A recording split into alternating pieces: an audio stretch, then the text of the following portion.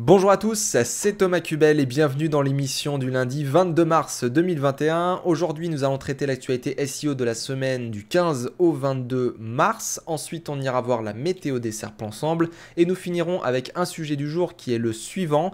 Combien de temps prend le référencement naturel à porter ses fruits? C'est une question posée par beaucoup de débutants, beaucoup de personnes, beaucoup de clients qui ne savent pas trop combien de temps ça prend. Alors, il va falloir que je vous donne mon opinion parce que il y a un article qui est sorti cette semaine sur @net qui parle de ce sujet-là et j'ai voulu aller un petit peu plus loin en vous apportant ma réponse, mon état d'esprit pour que vous puissiez avoir quelques éléments de réponse et vous faire du coup un ordre de grandeur, une idée par rapport à votre campagne SEO par exemple.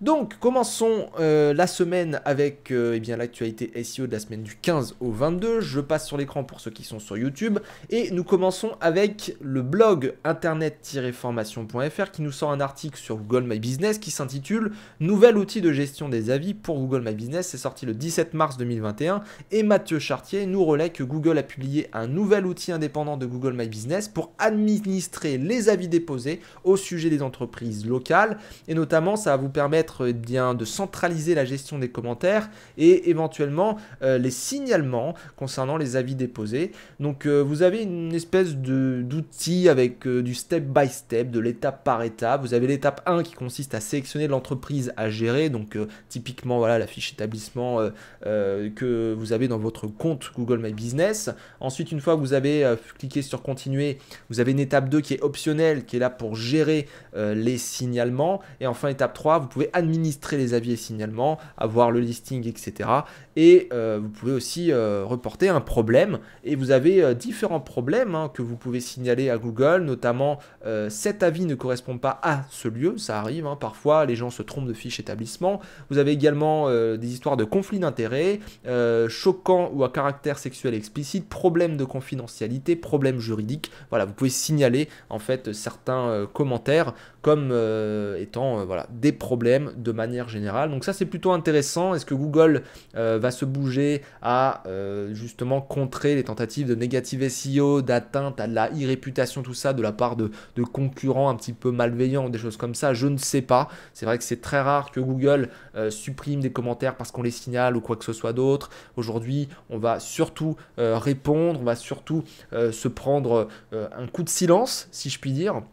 Donc voilà, je vous donne la piste en tout cas pour pouvoir signaler d'éventuels commentaires qui pourraient porter atteinte à votre fiche établissement. Des fois, il y a des gens qui malheureusement n'ont que ça à faire de vous envoyer des mauvais commentaires, des faux commentaires, etc. pour dénigrer votre entreprise. Donc voilà, allez voir cet outil, peut-être que ça peut vous aider, peut-être que ça peut donner un feedback supplémentaire. Je ne sais pas si Google se bougera pour vous, mais en tout cas voilà, c'est une piste où on peut aller. On passe sur un autre site pour continuer à l'actualité, abondance.com, le site d'Olivier Andrieux, 17 mars 2021. Search Console, l'inspection d'URL propose désormais plusieurs pages d'origine. Donc quand vous faites une analyse de page, voilà, vous mettez une URL, vous faites inspecter l'URL et vous avez un rapport. Vous avez notamment un rapport couverture avec une section découverte. Et dans cette partie de découverte, vous avez la page d'origine. À la base, on a juste une page d'origine. Maintenant, vous pouvez avoir plusieurs origines. Alors c'est le cas depuis plusieurs semaines, si ce n'est même plusieurs mois. J'ai l'impression que ça fait un moment quand même que c'est là. Mais du coup, vous pouvez voir où se trouve votre URL. Par exemple, vous avez une URL A, et bien l'URL A peut être dans plusieurs sitemaps, peut-être aussi sur plusieurs URL de votre site. Et Google a pu explorer au fur et à mesure votre site et puis trouver votre URL à différents endroits. Et bien, ils sont stipulés maintenant dans ce rapport. Donc, vous pouvez aller le voir dans la Search Console, onglet inspection d'URL, couverture et la section découverte. Donc voilà, c'est la petite news qui permet d'avoir une piqûre de rappel sur les fonctionnalités de la Search Console. On continue avec toujours Abondance. Google propose 2 nouvelles ressources SEO pour les vidéos. C'est sorti le 18 mars 2021. Donc nous avons déjà une vidéo de 7 minutes qui en fait explique comment le moteur de recherche indexe et classe les vidéos dans les résultats de recherche, donc quelque chose d'assez classique, mais elle dit quand même 5 préconisations, notamment les suivantes. Petit 1, rendez vos vidéos disponibles sur le web. Chaque vidéo doit être disponible sur une page web publique qui n'est pas bloquée par un robot.txt ou une balise MetaRobot noindex. Petit 2, fournissez des données structurées adéquates avec le balisage VideoObject. Suivez les directives de la documentation en ligne sur les données structurées des vidéos. Petit 3, incluez des vignettes thumbnails de bonne qualité. Sans vignette valide, la vidéo risque de ne pas être indexée. Petit 4, soumettez un sitemap XML spécifique pour les vidéos. Et enfin, petit 5, rendez les fichiers de contenu vidéo accessibles. Cela permet à Google de comprendre le contenu de la vidéo et d'activer des fonctionnalités telles que les aperçus vidéo et les moments clés. Donc ces 5 préconisations plus la vidéo qui explique comment le moteur de recherche analyse votre vidéo, l'index, la classe. Ça c'est dans la première partie de l'article. Et la deuxième partie de l'article indique que le centre d'aide sur l'optimisation des vidéos, qui est disponible seulement en anglais pour le moment, eh bien, a été mis à jour. Et du coup, vous avez tout un lot en fait de documents et des informations, tout ça pour pouvoir améliorer votre SEO vidéo, votre Video Search Engine Optimization, la VSEO. Et du coup, voilà, ça a été mis à jour. Vous pouvez aller sur ce centre d'aide si vous voulez plus d'informations. Ça va suivre globalement les différentes préconisations que je vous ai dites juste avant, mais de manière plus détaillée avec des petites animations, tout ça. Donc c'est plutôt intéressant. Voilà. On termine chez Abondance en tout cas avec les Goosips de la semaine. Il y a différentes informations que je vous ai déjà données la semaine dernière, on va y revenir très rapidement. Donc c'est sorti le 22 mars 2021, Goosips, Core Web Vitals, URL et attributs. On commence avec les délais des données Core Web Vitals, donc ça on l'a vu la semaine dernière. John Mueller a expliqué dans un Hangout for Webmasters que les outils Google permettant de noter les critères Core Web Vitals, LCP, FID, CLS avaient besoin pour une page web donnée de collecter des données issues du rapport notamment Chrome User Experience, et pendant 28 jours, donc qu'il n'y avait aucun plan en cours pour réduire ce délai, et donc il fallait quand même avoir un petit peu de patience pour avoir les données directement via en tout cas les outils Google. Maintenant, si vous voulez des données presque quasiment maintenant en temps réel, eh bien vous pouvez utiliser des API ou toutes sortes d'outils qui peuvent vous permettre tout simplement de faire analyser par un outil directement la page et avoir les scores directement. Autre gossip, mots-clés dans l'URL. John Mueller a expliqué toujours dans un hangout que la présence de mots-clés dans une URL a un poids très faible pour l'internaute et plus faible encore lorsque le contenu est indexé. Nous utilisons les mots, je cite, dans une URL comme un facteur très léger. Et d'après ce dont je me souviens, c'est principalement quelque chose que nous prenons en compte lorsque nous n'avons pas encore eu accès au contenu. Ainsi, si c'est la toute première fois que nous voyons cette URL et que nous ne savons pas comment classer son contenu, nous pouvons utiliser les mots de l'URL pour améliorer notre classement. Mais dès que nous aurons crawlé et indexé le contenu, nous aurons beaucoup plus d'informations. Et si l'URL est en allemand, en japonais ou en anglais, c'est à peu près la même chose. Donc on voit là que le poids des URL a quand même vachement changé au fur et à mesure des années, et maintenant c'est quand même un poids très léger. On termine les Goosips avec l'ordre des attributs dans une balise. Une question amusante a été posée par John Mueller sur Reddit pour savoir si la position des attributs rel et href avant l'un après l'autre dans un ordre donné, dans une balise notamment canonical, avait une importance. John Mueller a répondu que non.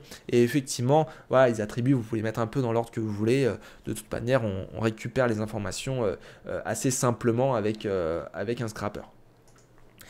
On passe sur un autre site, @net.com, et c'est justement l'article dont je vous parlais en début d'émission qui fait le sujet du jour de cette émission qu'on verra dans quelques minutes.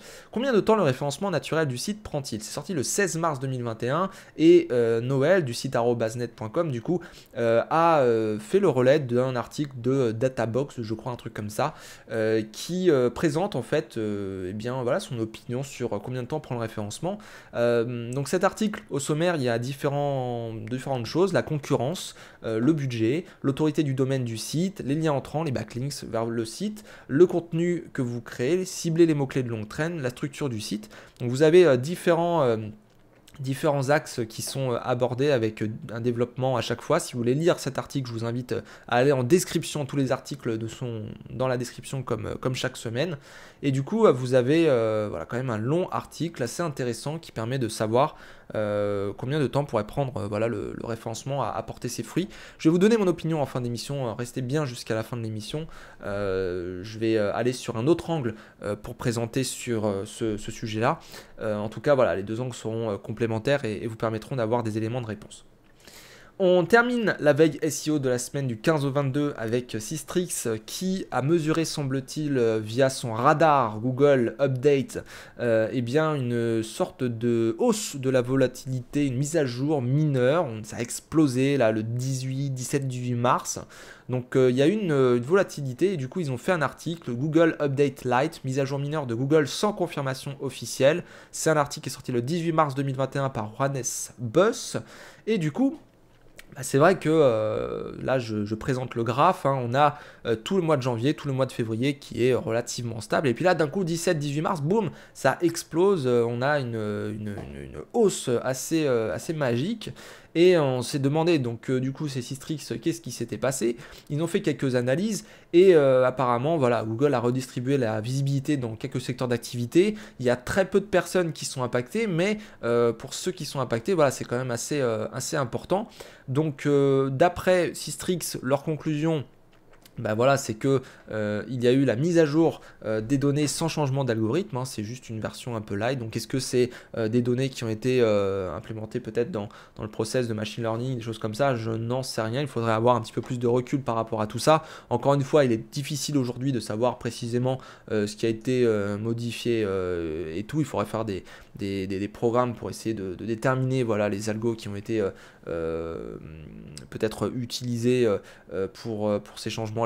Et en même temps, il faudrait essayer d'exploiter parce qu'il y a eu tel changement et telle requête, etc. Bon, bah, potentiellement essayer de créer l'arbre de décision, mais le filtre ou je ne sais quoi. Mais là, voilà, je pense que c'est plutôt des données de machine learning qui ont été mises à jour comme d'habitude. C'est de plus en plus fréquent et c'est tout à fait normal.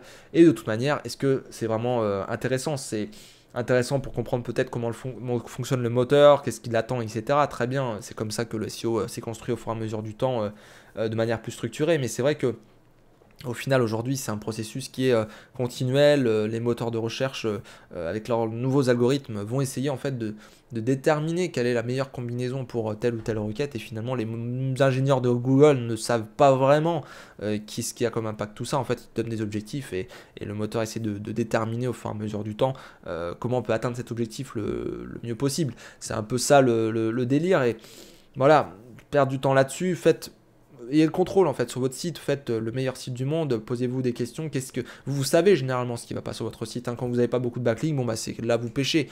Si vous avez des contenus qui sont merdiques, vous savez que c'est là que vous pêchez. Vous avez une technique qui est bancale, bon vous savez que le moteur va peut-être moins vous comprendre. C'est toujours pareil, technique, contenu, popularité. Je vais revenir en fin d'émission avec une petite news que j'ai à vous donner à mon sujet, mais pour le coup, voilà, technique, contenu, popularité, si vous êtes bon sur les trois et que vous vous positionnez pas, ouais, bon là, il faudra peut-être se poser la question de qu'est-ce qu'il y a derrière votre thématique, derrière votre site. Est-ce que vous n'avez pas un boulet derrière les pieds? Est-ce que Google, vraiment, il vous comprend bien, etc. Bon, ok, il y a peut-être des choses à creuser de ce côté-là quand on a vraiment tout fait. Maintenant, c'est vrai que, bon, généralement, on a suffisamment de taf en SEO pour se dire, bon, ouais, là je pêche un peu en contenu, là je pêche un peu en technique, là je pêche un peu en popularité, je vais booster tout ça, quoi. Enfin bon, voilà, petite update possible en tout cas, c'est ce que dit Systrix. J'embraye du coup sur la deuxième rubrique du podcast avec la météo des SERP. SEMrush Sensor a relevé également le même jour une petite hausse. On est dans le orange, un petit peu plus haut que la semaine dernière et que les semaines précédentes. Donc effectivement, c'est un mouvement qui est un petit peu plus important. Quand je vais sur SEMrush Sensor, quand je remonte à la date en fait où ça s'est déroulé, donc je clique dessus, on est à 6,1 sur 10, donc on est quand même sur un niveau qui est élevé, hein. Toutes les thématiques sont impactées, il y a juste l'immobilier et le voyage qui n'ont pas été impactés apparemment. Pourquoi? Ça c'est difficile à dire. Est-ce que ça a un lien par exemple avec la période actuelle du Covid ou autre chose? Parce qu'on sait que le tourisme par exemple voyage, bon bah voilà, c'est un peu compliqué en ce moment. L'immobilier par contre, bah, ça dépend des secteurs. Voilà, ça peut parfois être impactant, des fois non. Mais en tout cas, toutes les autres thématiques sont relativement impactées. Alors à des niveaux parfois très élevés, parfois normal. Qu'est-ce qui se passe? C'est un peu difficile de le dire. Les fonctionnalités SERP, on n'a pas, ça bouge pas énormément. Enfin, c'est voilà, moi je pense que c'est du machine learning, c'est des données qui ont été mises à jour. Là, c'est pour le bureau. Je peux mettre pour mobile, c'est pareil, quoi. On a quasiment la même chose. C'est franchement, à part les résultats shopping qui ressortent quand même pas mal, y a pas grand-chose, quoi. Donc bon, on va attendre de voir s'il y a des communications officielles de la part de Google. Mais en tout cas, pas grand-chose pour le moment. Je reviens du coup pour le sujet du jour sur l'article d'arobase-net.com qui était combien de temps le référencement naturel du site prend-il. Et moi j'ai redit un petit peu le sujet à ma forme. Combien de temps faut-il attendre pour que le SEO porte ses fruits. Moi je vais vous donner mon opinion, je vais juste vous relire le sommaire de l'article de arobase-net.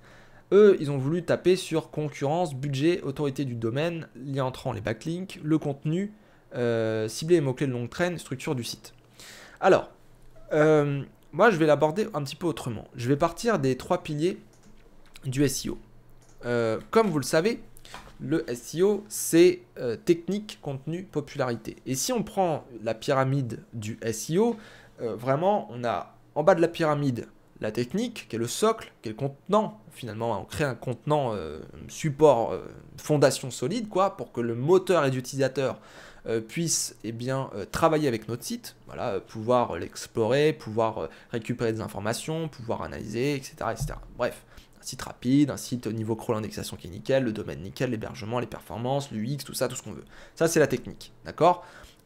C'est le socle. Ça compte pas pour de la pertinence plus que ça compte pas pour de la popularité plus que ça, c'est le moteur pour classer il utilise deux choses, la pertinence et la popularité, mais c'est vrai que la technique, voilà, on le dit souvent, hein, c'est à peu près 10% de votre visibilité, mais en fait ces 10% sont extrêmement importants dans le sens où c'est ce qui va permettre de découvrir votre contenu, vous voyez, donc c'est vrai qu'il faut travailler sa technique pour que le contenu puisse être bien compris, mais la technique n'apporte pas spécialement de valeur ajoutée plus que ça, si ce n'est peut-être voilà, de l'UX, un site rapide, des choses comme ça permet de travailler avec le site. Donc, technique, le socle.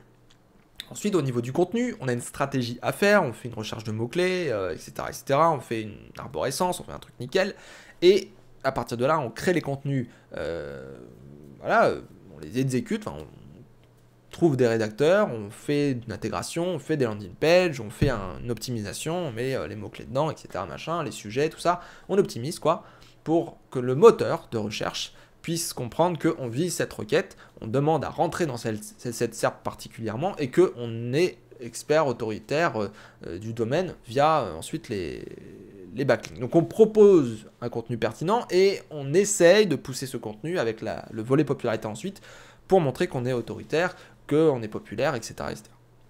Donc vraiment, technique, contenu, popularité. On envoie des signaux de pertinence et de popularité, et c'est la technique qui permet de présenter tout ça correctement au moteur de recherche. Ça, c'est bien de le comprendre pour ensuite comprendre une deuxième notion qui est combien de temps. Combien de temps ça prend le référencement. Il y a un truc qu'il faut dire déjà, c'est que quand on part de zéro, le moteur, il ne vous connaît pas. Je veux dire, il n'a aucun historique sur vous. Il ne sait pas qui vous êtes. Il ne sait pas si vous êtes un spammeur. Il ne sait pas si vous êtes quelqu'un de bienveillant. Il ne sait pas si vous êtes sur telle ou telle thématique, si vous avez proposé tel ou tel service, etc., etc. Il n'a rien sur vous. Il n'a rien sur vous. Donc, il doit vous appréhender. Et vous savez, quand on essaye de, je sais pas moi, dompter quelque chose. Voilà, utiliser le mot dompter. Quand on essaye de dompter quelque chose, que ce soit nous, on essaie de dompter Google, ou Google essaye de dompter nous, ou même sur tout autre sujet. Hein. Vous avez un nouveau téléphone, vous voyez bien qu'il vous faut un temps d'apprentissage pour pouvoir le maîtriser. Eh bien, c'est pareil pour Google. C'est-à-dire que Google, lui, il va arriver sur votre site, la première fois. Il va avoir une page. Peut-être une deuxième, peut-être 5, peut-être 10, peut-être 25, peut-être 30 000, j'en sais rien.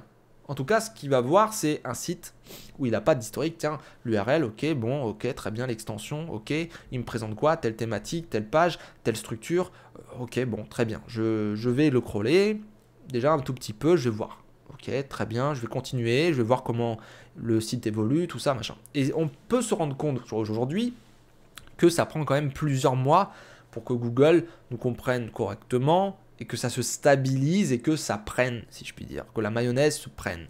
Et c'est vrai qu'il y en a beaucoup qui ont utilisé la durée de 6 mois. Alors, encore une fois, 6 mois, c'est, on va dire, on prend relativement son temps et on fait les choses, on va dire, à un rythme normal. C'est-à-dire, avec des moyens, on a des ressources financières, on a des ressources humaines, on a des technologies, on a des contenus à faire, etc. On a une stratégie. Bon, on est dans la moyenne de ce qui se fait. Voilà, je publie par exemple un article, 2 articles par semaine.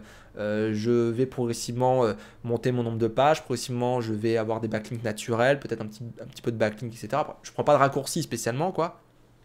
Globalement, ça prend 6 mois. Voilà, c'est à peu près ce qu'on constate. Maintenant, c'est pas une vérité. C'est-à-dire que si demain vous me dites, je sors mon site, voilà, j'achète un nom de domaine, expiré ou pas, hein, on va prendre le jeune, voilà, 0, hop, tac, je crée mon site. J'ai plein de thunes, j'ai plein de ressources humaines, j'ai tout ce que je veux, je crée plein de pages, etc. Je fais le maillage interne de folie, je fais une stratégie de folie, je fais des contenus, mais c'est de la folie, intégration de folie, backlink, tout ça, je monte, j'ai les meilleurs backlinks du monde, bien sûr que ça peut prendre moins de temps. Maintenant, personne n'a budget illimité.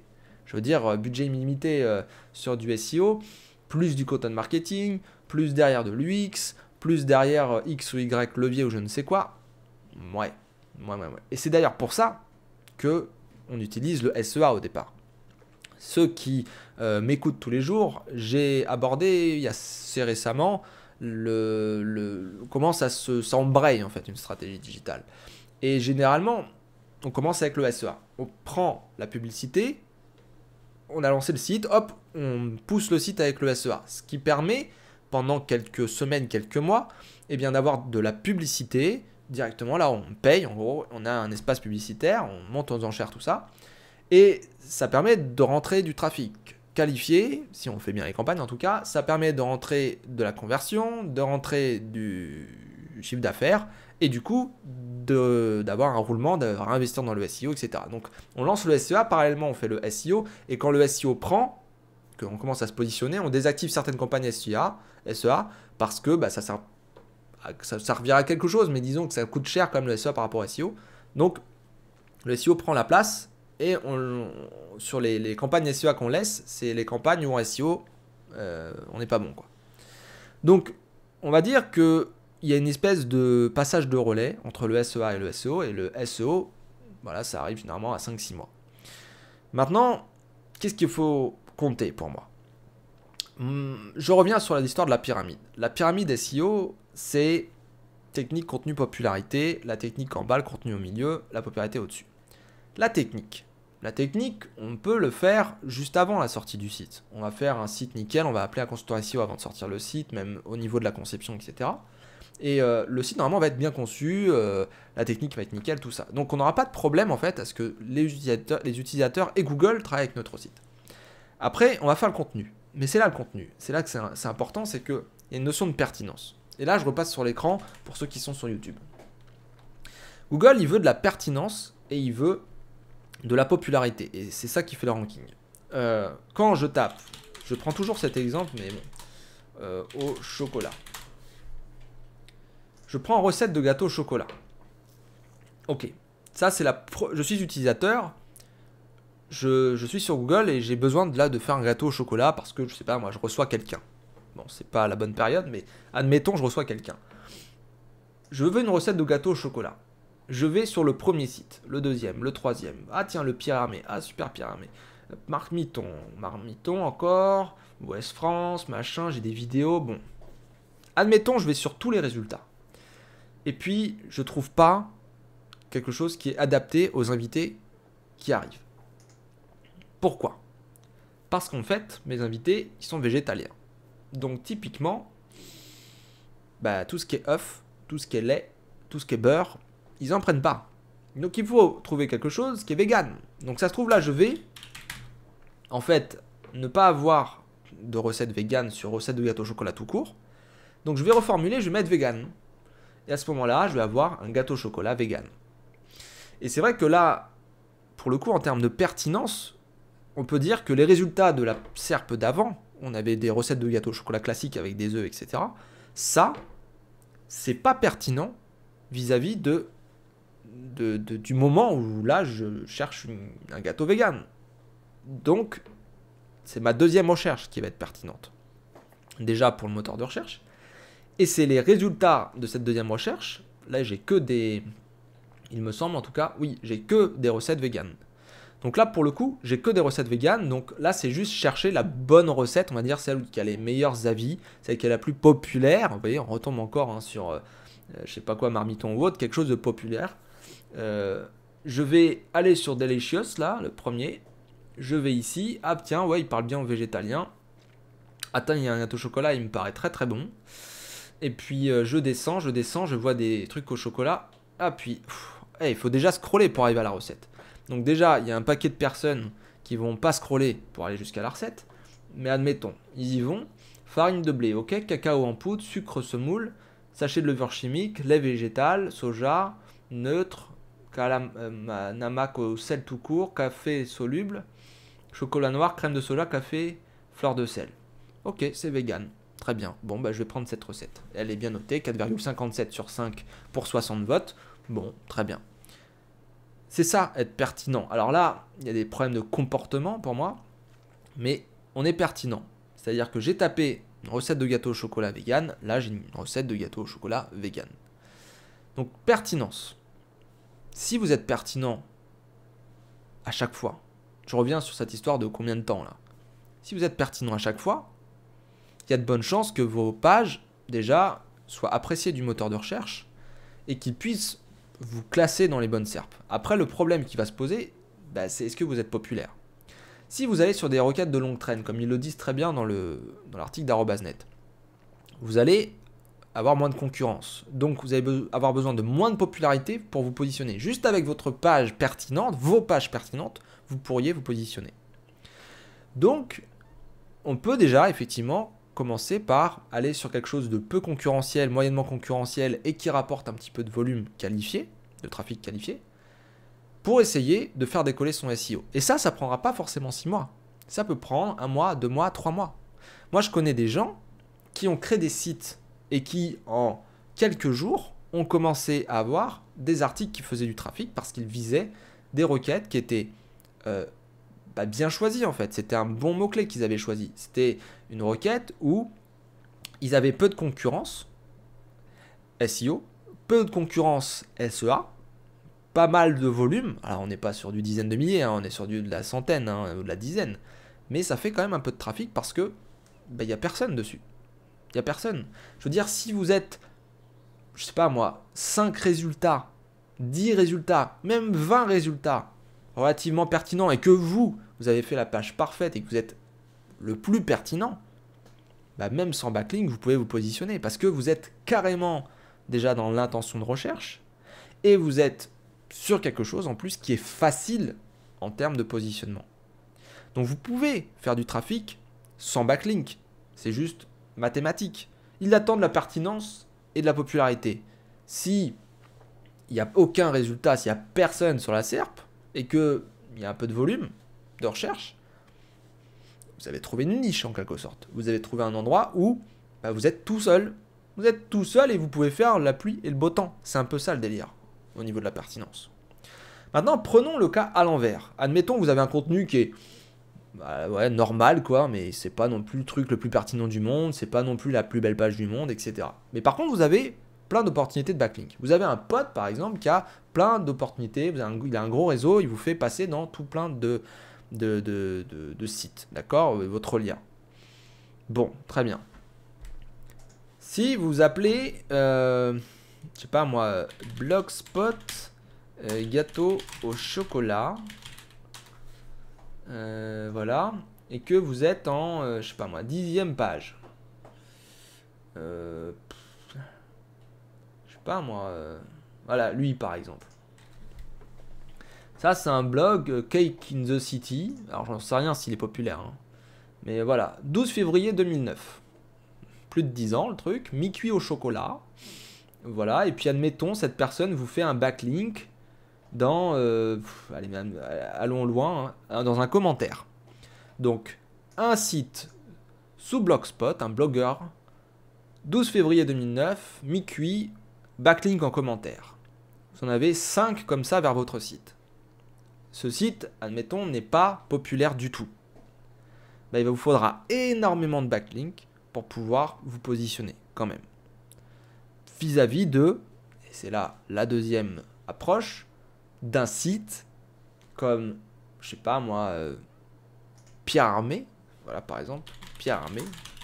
Admettons vous êtes un pote de Pierre Armé, ou même votre pote il a dans son réseau Pierre Hermé, et il vous dit hey, tu veux pas me mettre sur ton site le meilleur pâtissier, c'est machin. Imaginez que le mec, dans, je sais pas moi, je sais pas s'il y a un blog dans ce truc-là. La maison, nos partenaires. Il n'y a pas un truc partenaire ou un blog ou nos recettes ou. Je sais pas moi. Je connais pas le site de Pierre Hermé. Contact, nos boutiques. Bon, il n'y a pas de blog sur le site de Pierre Hermé. Il faudrait. Mais bon, admettons Pierre Hermé fait un backlink. Donc Pierre Hermé est quand même quelqu'un de très connu. Hein. C'est un des meilleurs pâtissiers de France, si ce n'est du monde. Pierre Hermé Paris vous fait un backlink sur une page où il parle des gâteaux au chocolat, tout ça. Et puis voilà, il vous fait le backlink vraiment nickel. Donc ça, c'est un site populaire. Bah, vous aurez peut-être besoin juste de ce backlink pour positionner votre page à terme. Bien sûr que si vous avez fait votre site le 21 mars et que vous faites le backlink le 22 mars avec l'article 22 mars, pas sûr que ça se positionne tout de suite. Mais en tout cas, je peux vous assurer que dans un petit moment, ça peut vraiment vous apporter beaucoup. Et si vous avez, voilà, quelques backlinks comme ça, très puissants, et que vous avez des contenus qui sont normaux, quoi, mais qui ne sont pas non plus les plus optimisés et les plus pertinents, eh bien, vous pouvez vous positionner. Mais maintenant, imaginez que les 3 piliers du référencement, technique, contenu, popularité, vous ayez tout fait. C'est-à-dire que vous avez une technique qui est irréprochable. Qu'au niveau des contenus, vous avez fait la stratégie qui est super, vous avez des contenus qui sont super, vous avez des backlinks, c'est que du Pierre Hermé, c'est que des grosses boîtes, c'est que des belles citations, tout ça. Et derrière, vous avez même des sites un peu moyens en plus et tout. Enfin, vraiment, vous avez fait une pure campagne de netlinking, même vous avez fait appel à de l'attaché de presse, vous avez fait appel à tout un tas de choses. Vous êtes populaire, quoi. Vous êtes au centre de l'attention. Vous sortez de nulle part, quoi. Limite pour Google, vous demandez pourquoi. Vous pensez vraiment qu'il va vous laisser au fond des limbes? Non. Vous allez être pertinent et vous allez être populaire. Mais encore une fois, comme je disais tout à l'heure, il n'y a pas de budget limité. C'est difficile d'avoir budget limité. On doit se mettre des limites, on doit se mettre des objectifs, tout ça. Donc, je ne sais pas si vous avez saisi où je veux en venir. Là, il y a vraiment un état d'esprit. Hein, c'est d'essayer d'imaginer tout ce qui va être... est-ce que vous compensez ou pas?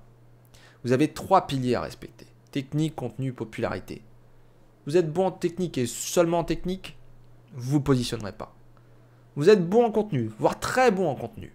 Vous avez bien fait la technique, ouais, vous pouvez vous positionner sur du peu concurrentiel, du moyennement concurrentiel, long train, tout ça, intention de recherche, vous êtes collé à l'intention de recherche, c'est bon, pas de problème. Vous avez fait que des backlinks et vous avez que de la technique, ça ancrera sur des petits trucs, mais pas de contenu, vous allez tomber au fur et à mesure du temps. Par contre, vous avez une technique, plus contenu, plus popularité, une super synergie entre les 3 piliers, et vous avez vraiment fait tout ce qu'il fallait, le minimum syndical, voire même un peu plus, et même vous exploser, là, vous pouvez prendre moins de temps. Donc, combien prend le SEO pour porter ses fruits? Un site qui va à une allure correcte, normale, ça prend environ 5-6 mois généralement. Au début, ça va être très volatile, vous n'allez rien comprendre pourquoi il ne me positionne pas. Au bout d'un moment, ça va se stabiliser.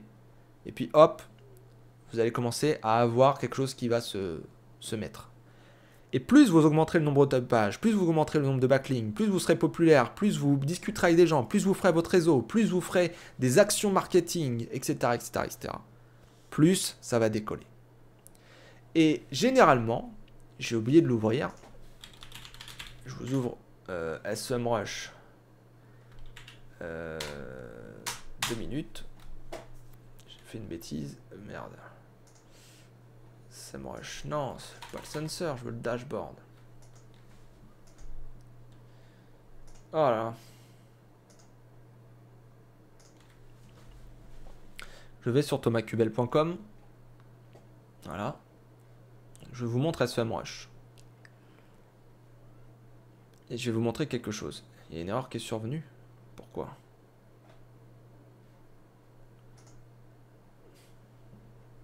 Il y a un bug. Je ne sais pas. Ce que je veux vous dire, c'est que les mots-clés, le nombre de mots-clés augmente quand vous augmentez votre nombre de pages. Et vos positionnements, les positionnements de vos pages par rapport à des mots-clés, vont augmenter quand vous avez pas mal de backlinks, généralement. C'est que, en fait, quand vous augmentez le nombre de pages, vous augmentez le nombre de sujets que vous traitez, donc le nombre de mots-clés que vous vous positionnez. Quand vous augmentez votre nombre de backlinks, généralement, ça joue juste sur la popularité. Donc, c'est la hauteur de votre résultat dans une SERP. Donc, c'est le trafic que vous allez récolter parce que, généralement, vous êtes plus populaire. Bon, là, il y a un bug chez SEMrush, je ne sais pas ce qui se passe. Je vais leur envoyer un petit mail. Mais, globalement, les mots-clés, quand ils augmentent, c'est parce que vous avez augmenté votre nombre de pages. Et le trafic, quand il augmente, c'est quand vos pages se positionnent mieux. Et généralement, c'est l'action des backlinks qui fait ça. Ça peut être aussi les mots-clés. Hein. Vous avez fait une très bonne pertinence et tout, et ça se positionne.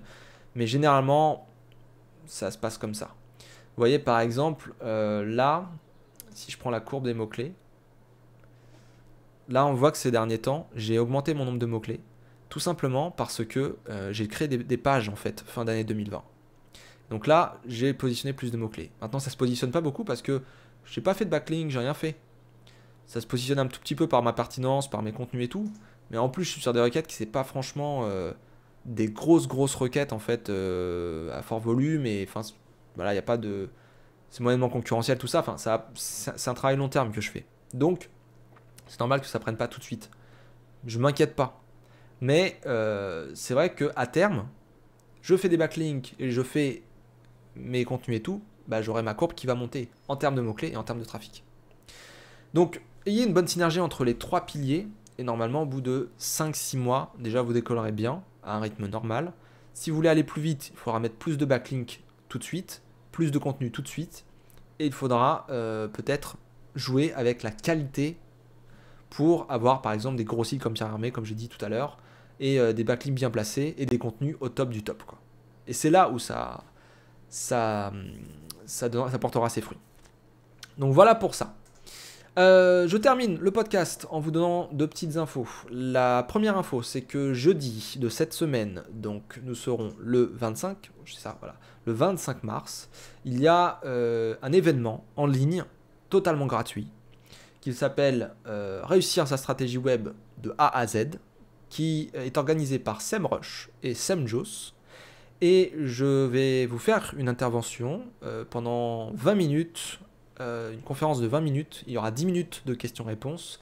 Et je suis aux côtés de différentes personnes.